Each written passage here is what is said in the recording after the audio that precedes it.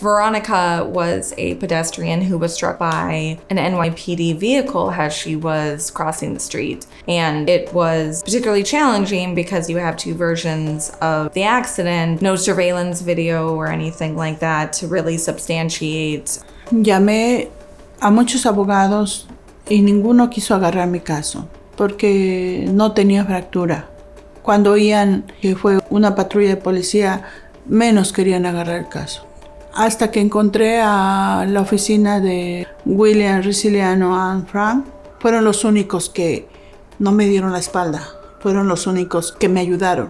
I remember the day that she came in, and she had physical injuries to the lower part of her body, her ankle, her legs, and you could see bruising and swelling.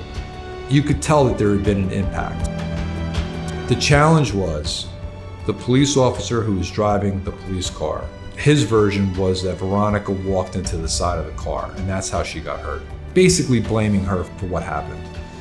But Veronica was adamant that he had come out of nowhere and hit her. And so it really was a he said, she said. I always operate under the assumption that my client is telling me the truth. But now it's my job to have to get those clues to prove that she was telling the truth. We began working on the case. One of the things that was very important was Veronica had taken pictures of her injuries. And I started to interview many different witnesses. The best witness I had in the case was there were two ambulance attendants who showed up at the scene as soon as it happened. I asked them she could have had those injuries as a result of walking into the side of a car, as the driver of the police officer claimed. And they said absolutely not. The only way she could have the injuries that we observed and that we documented was if she was hit by a moving police car. And then I was able to get some other police officers on the scene to contradict what the driver said. And finally, we got the city to acknowledge that the police officer had hit her with a moving vehicle, and they acknowledged that Veronica was telling the truth, and they settled the case for a significant amount of money.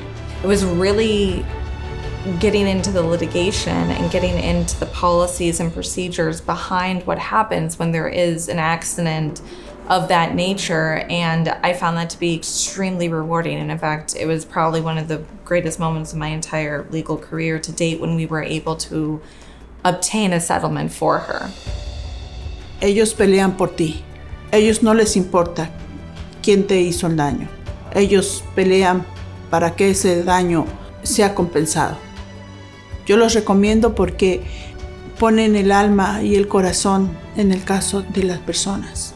Ellos me consiguieron una compensación justa y se los agradezco mucho. At the end of the case, Veronica was emotional, and the reason she was emotional was she felt vindicated that someone acknowledged that she was telling the truth. She is possibly one of the most genuine, nicest, most humble human beings that you will ever meet, and she was an absolute pleasure to represent and to work with.